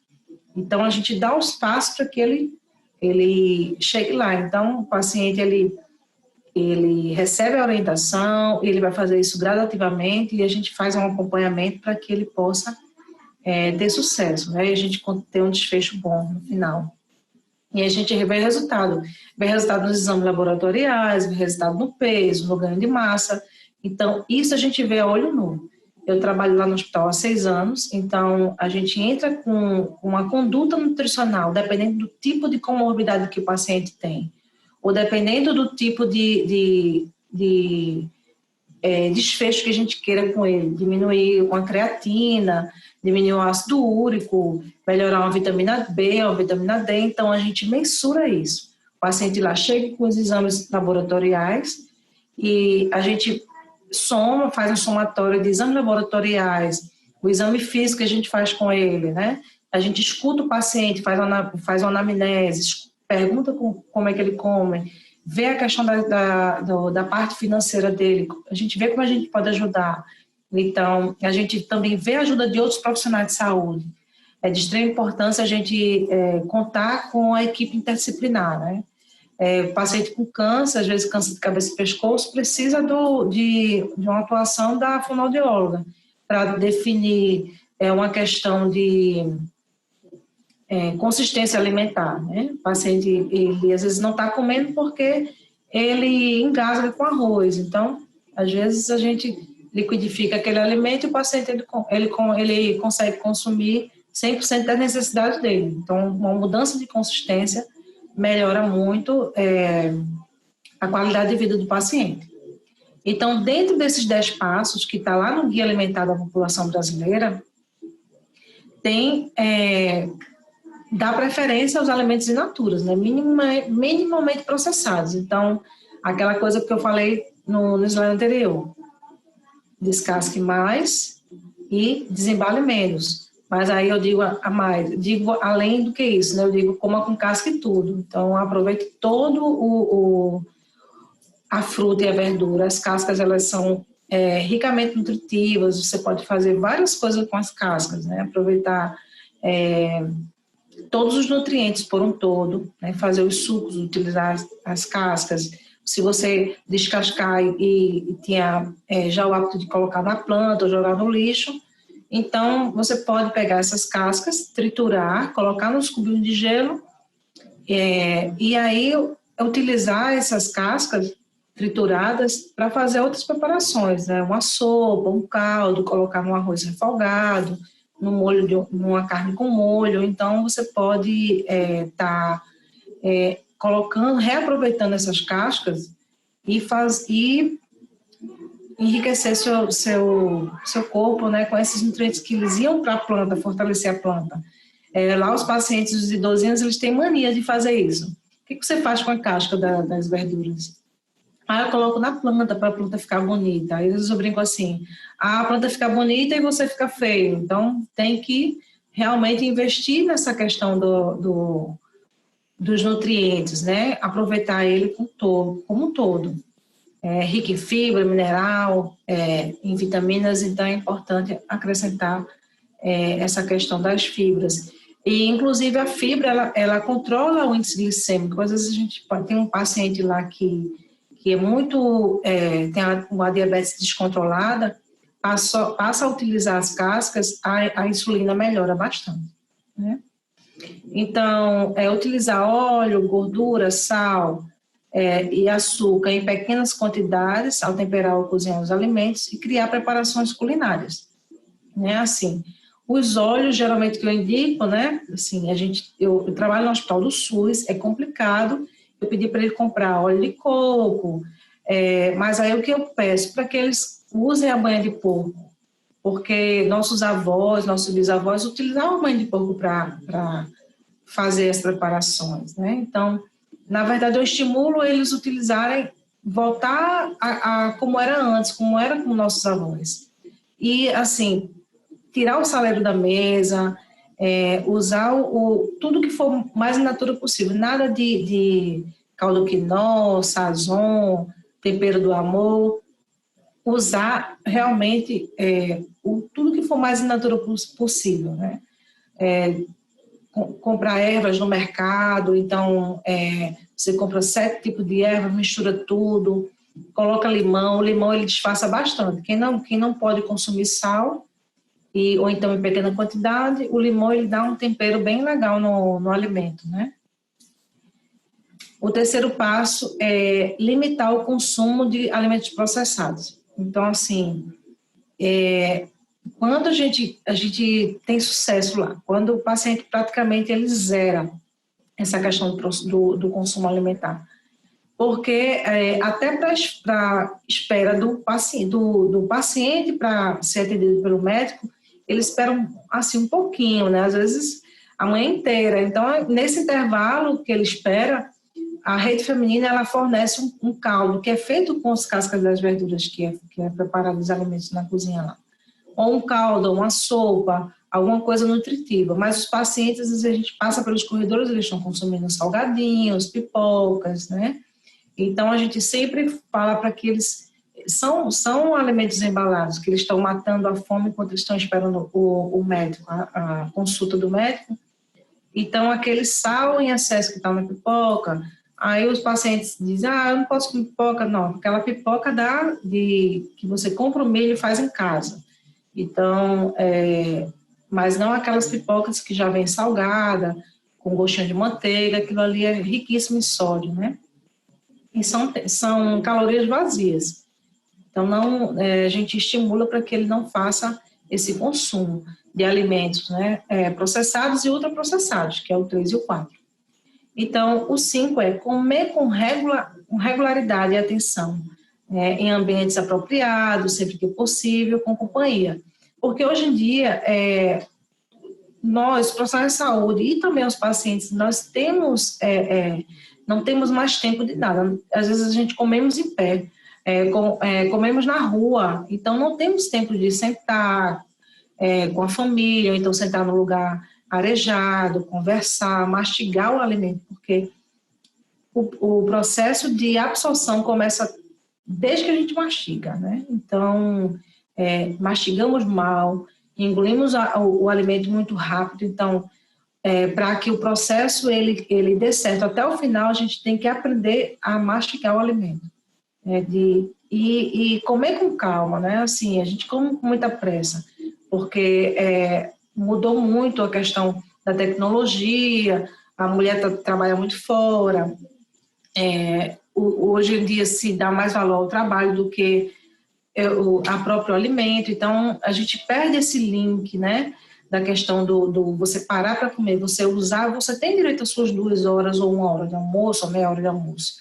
Então, às vezes você prefere fazer outras coisas do que realmente priorizar a sua hora que você tem que se alimentar. Então, não se para fazer um lanche, não se para almoçar direito. Então, a gente pode repensar esses conceitos.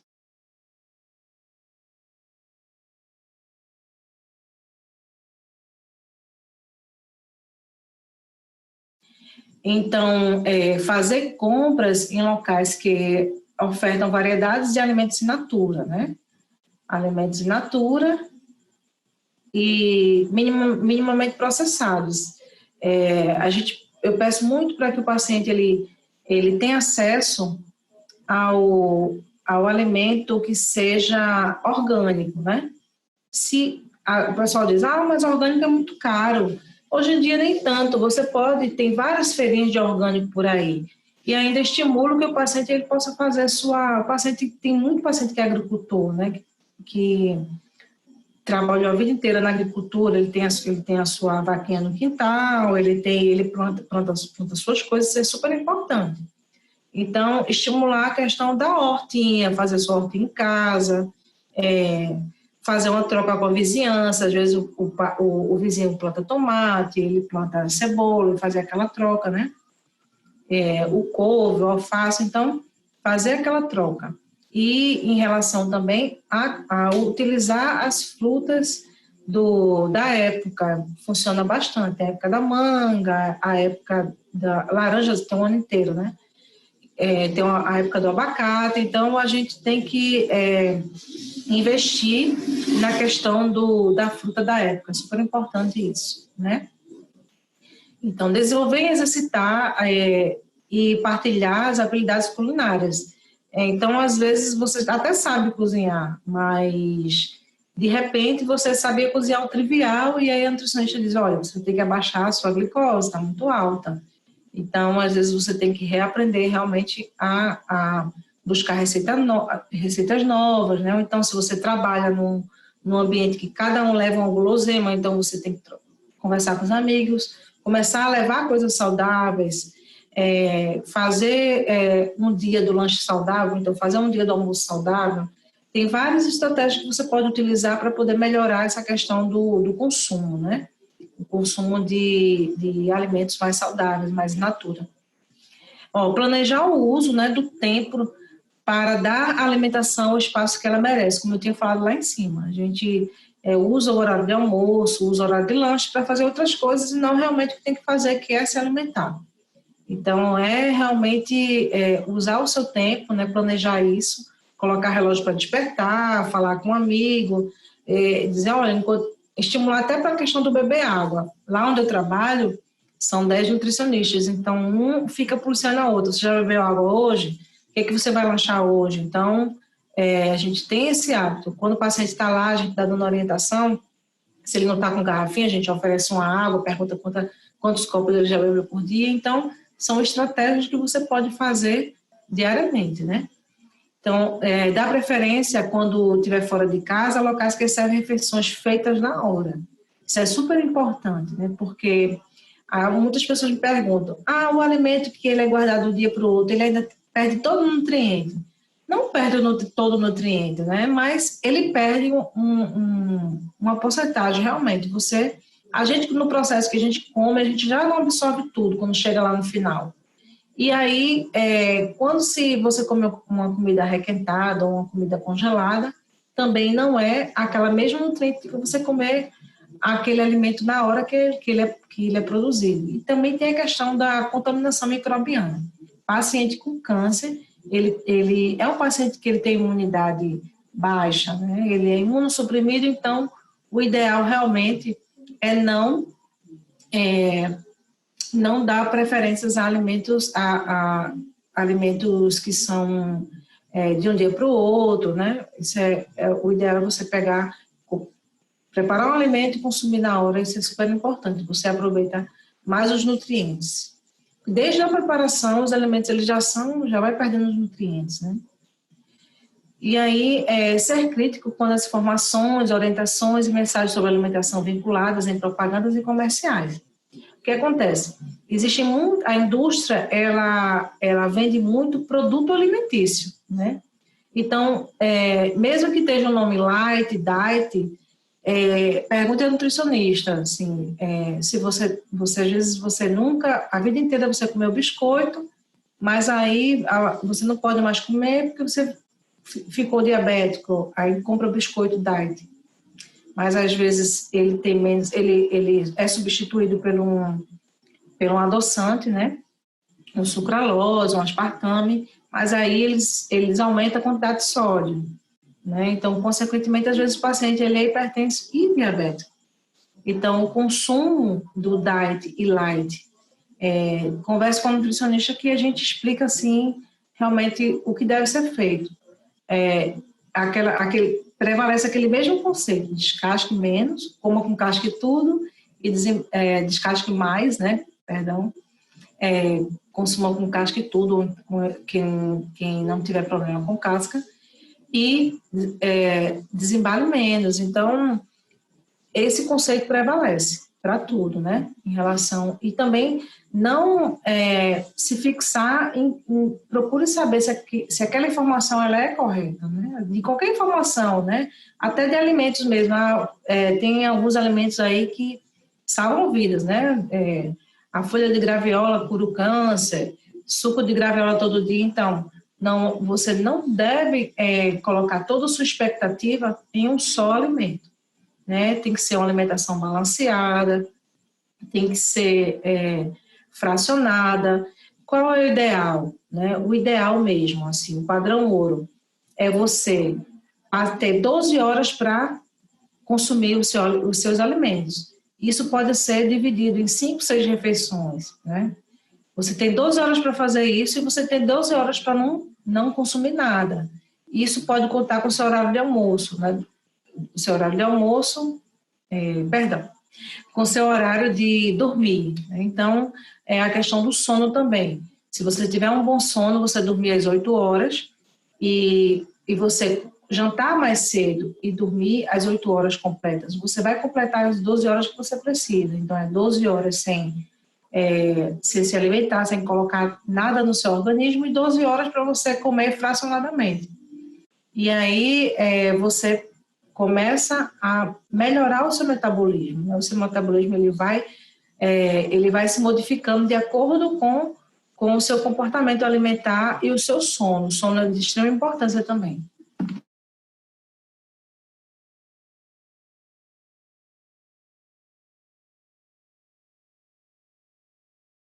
Né?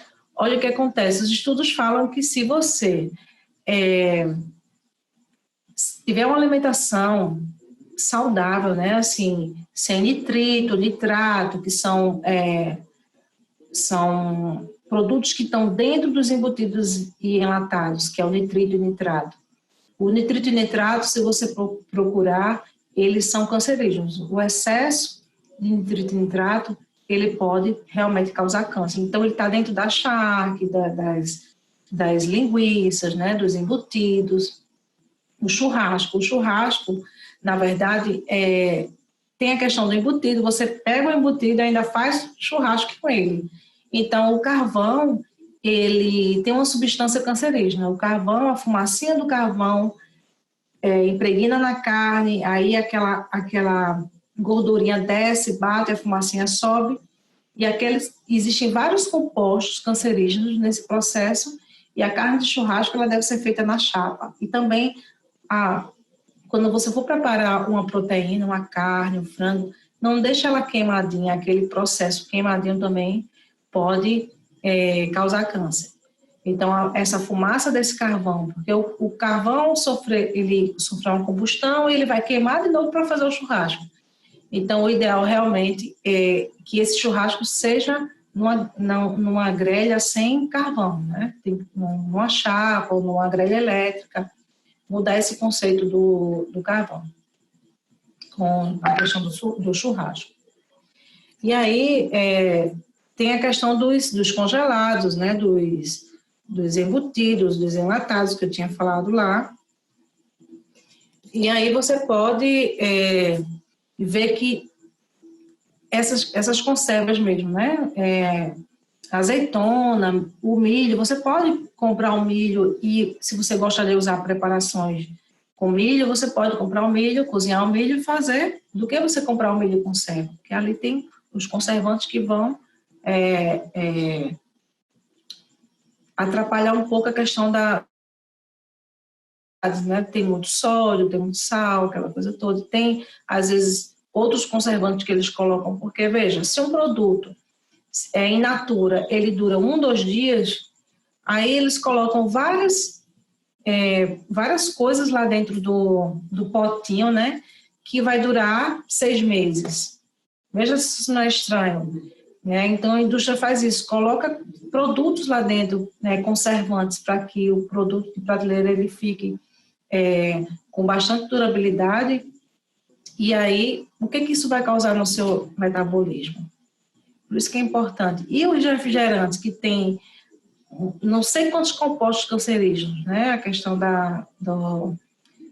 de vários produtos que são engarrafados, né?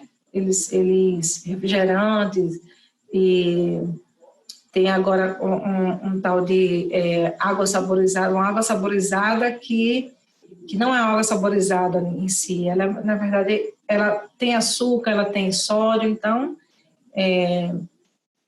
ela também pode ser considerada como refrigerante. Os temperos prontos, né? Veja, um cubinho daquele de tempero pronto, aqueles quadradinhos, né? Eles têm 1.090 miligramas de sódio. Veja quanto sódio, né? Só em um cubinho de tempero pronto. Porque o alimento, ele já tem, dentro da tabela nutricional, ele já tem o seu quantitativo de sódio. E aí você vai ainda acrescentar mais dentro desse contexto. Então, o ideal é que você não use temperos prontos, use temperos mais naturais possível. E aí, a pergunta, né? Eita, desculpa, deixa eu voltar aqui. Somos o que comemos? Somos, né? Então, assim, isso reflete bastante. O que eu tinha falado para vocês lá no começo, a questão do câncer de mama, né? Eu tenho uma pesquisa no hospital sobre câncer de mama e reflete muito isso. Quando eu fui para um congresso no INCA, a gente identificou que a obesidade, ela é responsável por mais de 10 tipos de cânceres. E um dos mais gritantes é o câncer de mama. Então, geralmente, assim, existem outros fatores de risco, mas o fator de risco que prevalece, pelo menos no hospital que eu trabalho, eu fiz uma pesquisa com 300 pacientes e 48% das pacientes elas são sobrepeso e 43% obesas.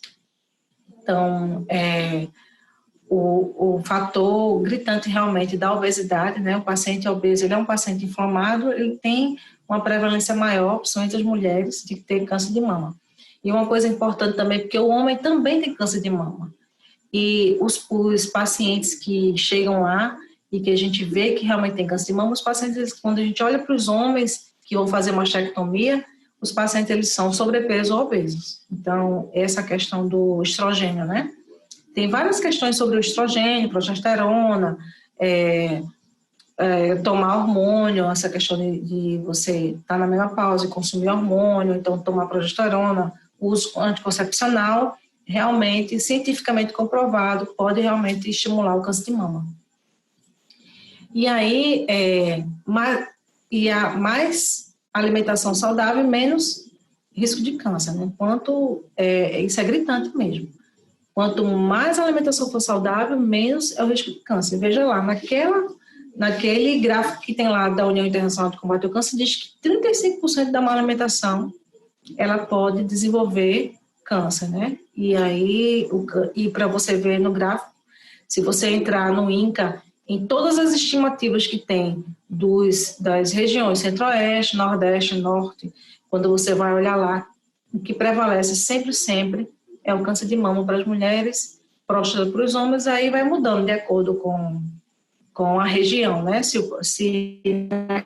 mais ou menos, como se as pessoas fazem mais exercício.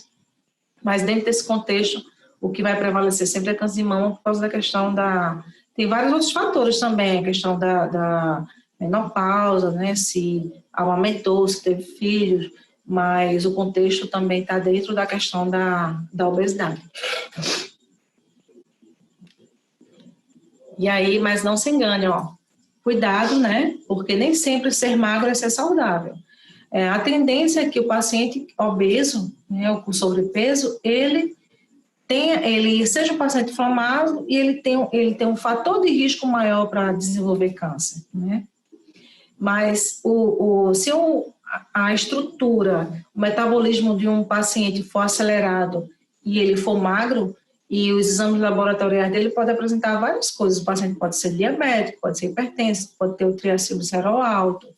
Então, o paciente magro, ele pode desenvolver outros tipos de cânceres, né? Assim, a parte esteticamente falando, não é o IMC, né?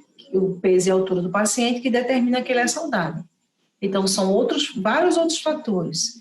A questão do exercício físico, na questão do sono, dormir no mínimo 8 horas, né, por dia.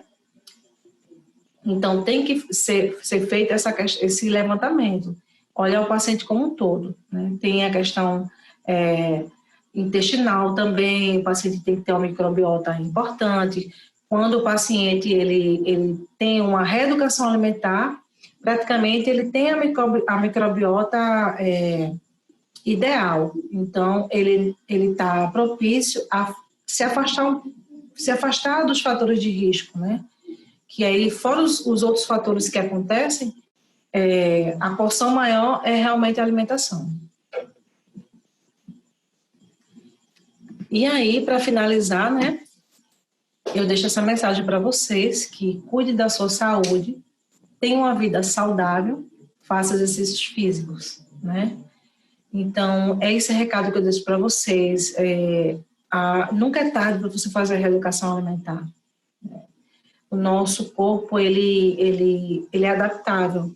Então, a gente sofre um pouco no começo, mas o organismo ele acaba se acostumando, ele se readaptando às mudanças. Mesmo que você tenha crescido e passado muito tempo com maus hábitos, né, alimentares, mas se você decidir que você quer qualidade de vida, você vai sentir realmente na pele, você vai diminuir a questão da fadiga, a questão do cansaço, vai ter mais disposição e vai sobrar até tempo para você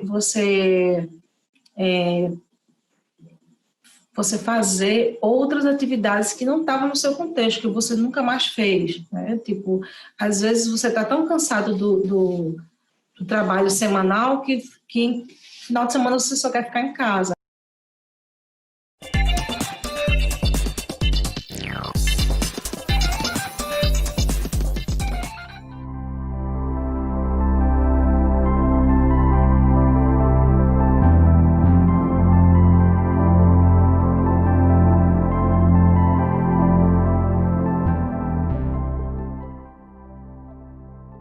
Quando eu entrei na Escola Paulista de Medicina, a medicina brasileira pouco queria entender das coisas do caboclo brasileiro, do índio brasileiro. O importante era importar ideias, medicamentos do exterior. Eu queria muito estudar coisas brasileiras, nacionais. Eu entrei no curso de medicina com essa ideia mais ou menos imatura, mas já existia, e ela se concretizou muito bem quando eu comecei a estagiar e aprender com o professor José Ribeiro do Vale, que no meu entender foi o melhor farmacólogo do Brasil. E a primeira coisa que ele me ensinou foi uma coisa muito engraçada. Trate de entender por que se usa maconha.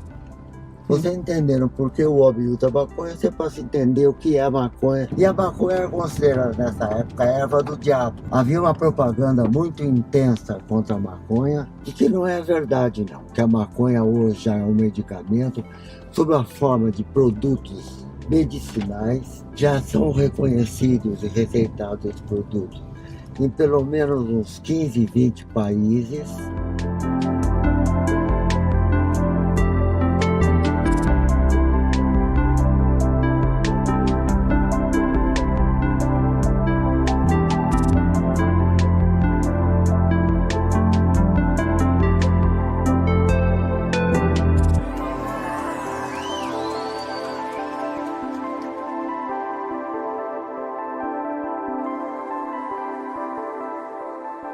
Fui na busca da cannabis foi realmente para tirar ela do risco de morte, para tirar ela do estado atlético, para diminuírem as crises.